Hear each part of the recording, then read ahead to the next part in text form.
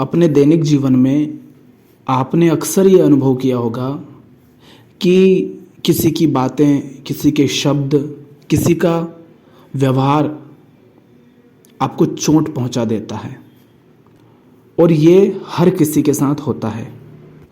तो ऐसा क्यों होता है कि किसी का व्यवहार, किसी की बातें, किसी के द्वारा की गई निंदा हमें आहत कर जाती है?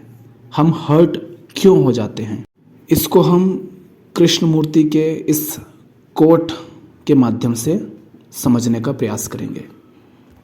कृष्णमूर्ति कहते हैं, never to be hurt means not to have a single image about yourself. अर्थात कभी भी आहत ना होने का अर्थ है अपने बारे में एक भी छवि ना रखना। अब इसी को हम डिटेल में समझने का प्रयास करेंगे। आप समझना चाहते हैं तो कंटिन्यू कर सकते हैं। हम अपने बारे में एक छवि बना करके जीते हैं। हम एक छवि बनाते हैं अपनी। छवि वैसे एक नहीं बनाते हैं। हमारी छवि हर समय, हर स्थान, हर व्यक्ति, हर वस्तु के हिसाब से बदलती रहती है।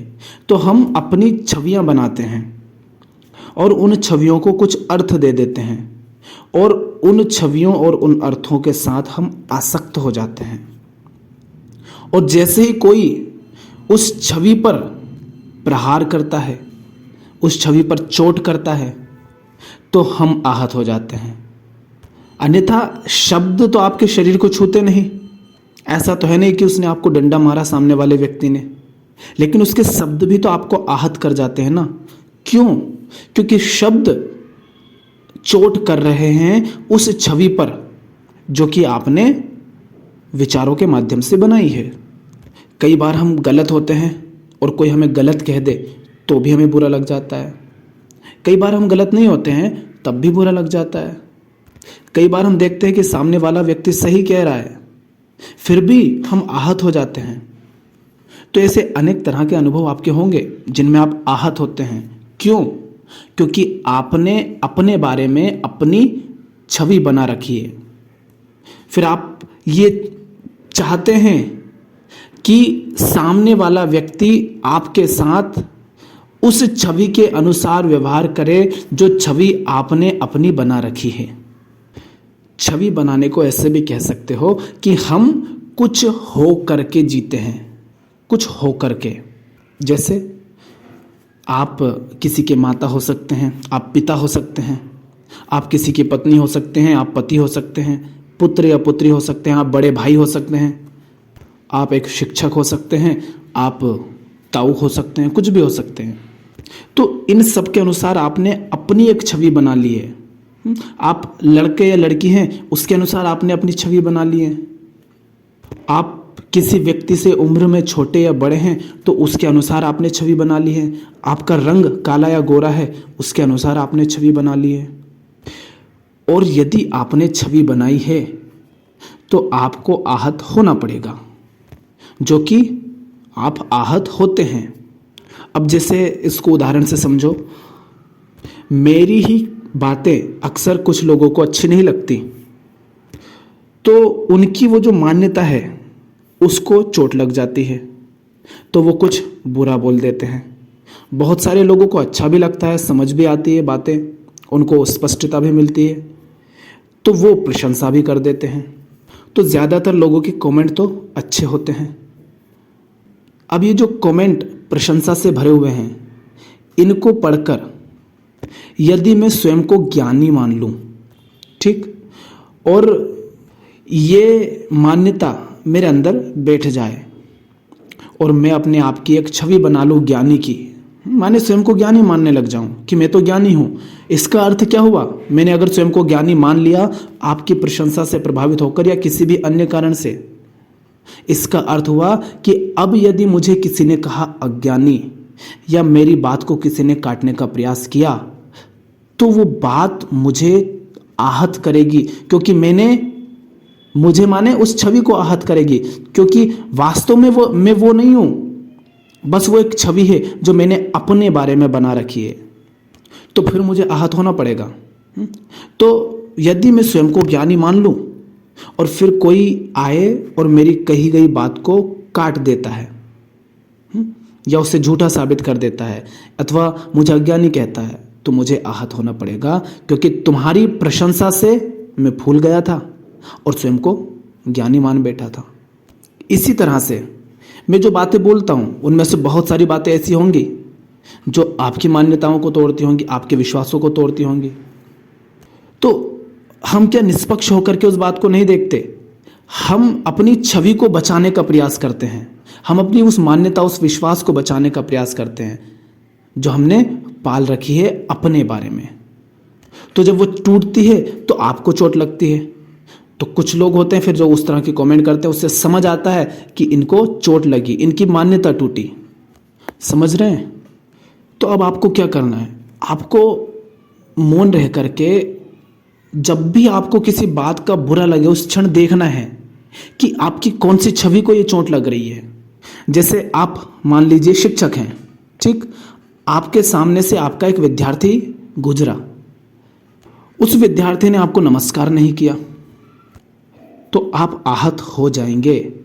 अधिकांशतः ऐसा होता है, क्योंकि अगर हम आत्मज्ञानी नहीं है, माने स्वयं को नहीं समझते हैं, तो हम अपनी छवियां बनाते रहते हैं, घर में, परिवार में, समाज में, काम धंधे में, रिश्तों में।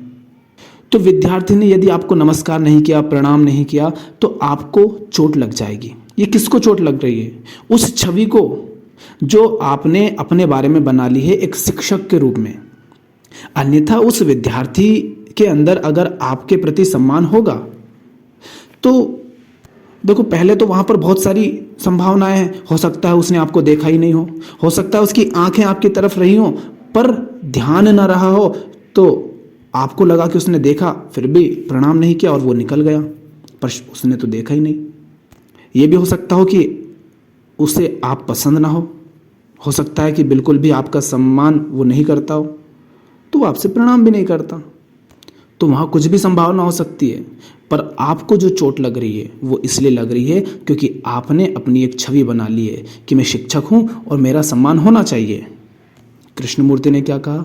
Never to be hurt means not to have a single image about yourself. अगर आप हर्ट नहीं होना चाहते हैं, आहत नहीं होना चाहते हैं, तो अपने बारे में कोई भी छवि मत रखो बनाकर।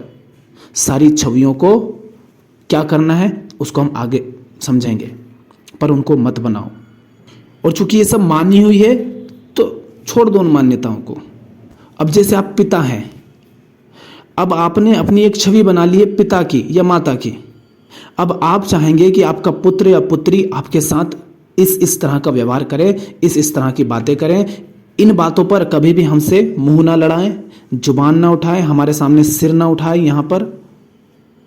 और जब भी वैसा नहीं होगा जैसा आपने मानकर रखा है, तो आपकी जो पिता की छवि है, जो माता की छवि है, आपकी जो पति या पत्नी की छवि है, उस छवि को चोट लग जाएगी, वो छवि आहत हो जाएगी।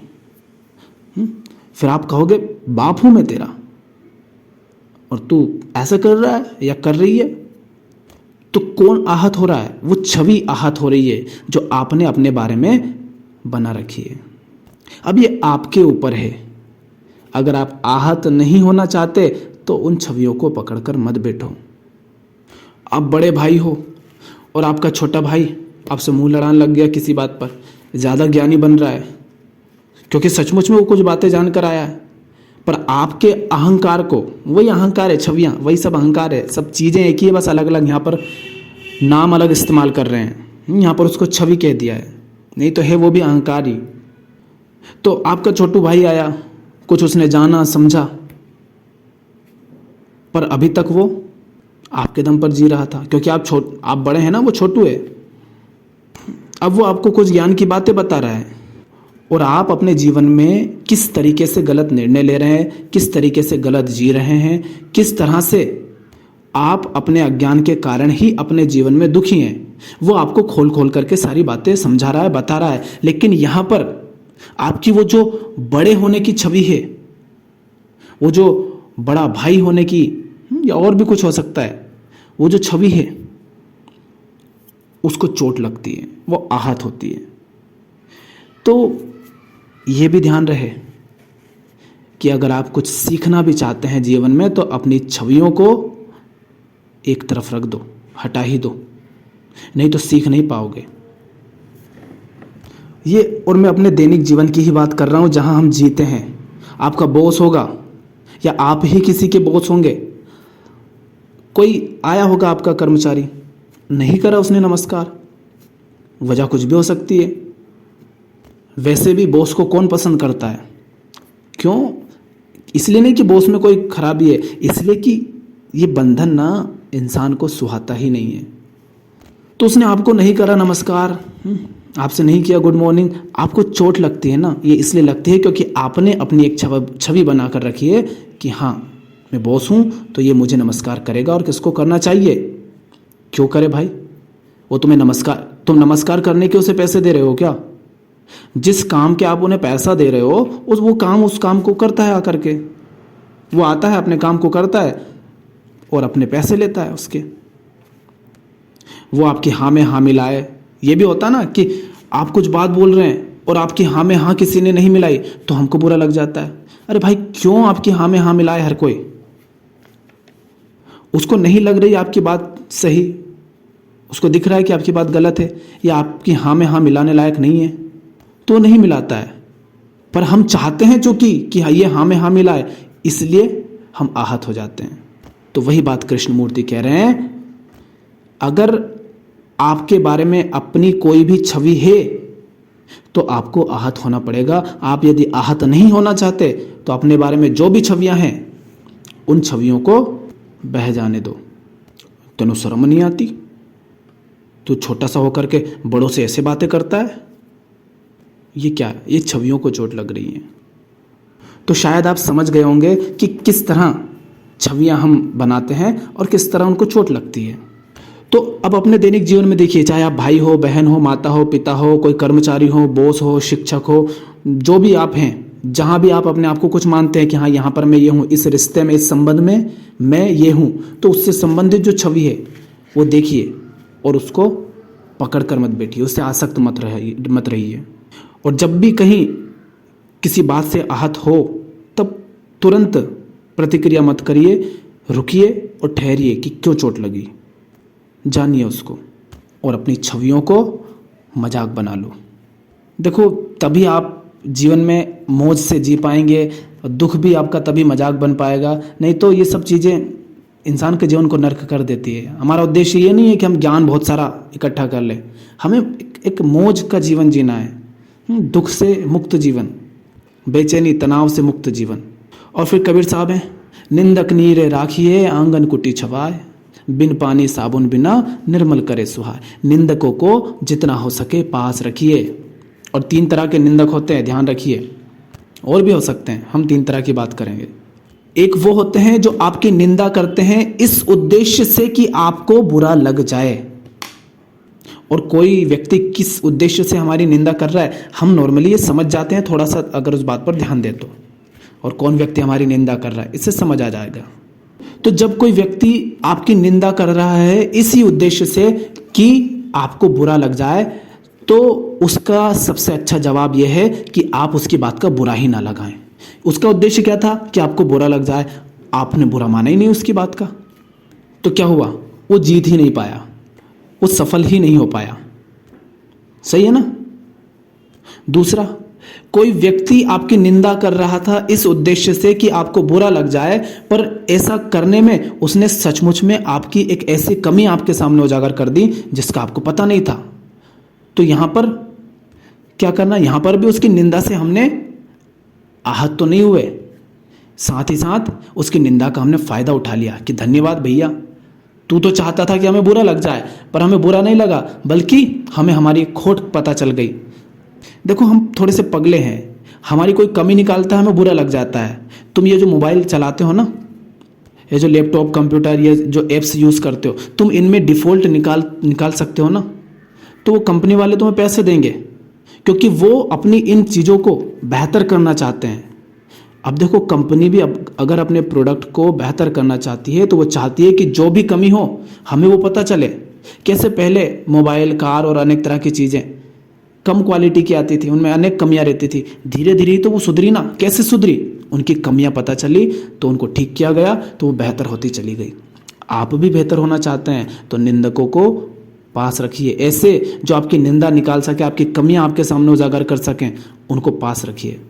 हाँ, फिर हमने कहा कि कोई आपको आहत करने के लिए अगर आपकी निंदा कर रहा है तो उससे आहत मत होइए, तो वो असफल हो गया अपने उद्देश्य में, पर आपको फायदा भी हो गया कि आपकी कमी आपको पता चल गई। और तीसरे प्रकार के निंदक वो होते हैं जो सचमुच आपका भला चाहते हैं, इसलिए आपकी निंदा करते हैं, माने आपकी कमियां आपको दिखाते हैं। तो ऐसे लोगों को कबीर साहब कह रहे हैं इनको तो बिल्कुल पास रखो। ये आपको सोना बना देंगे, आपको तराश देंगे।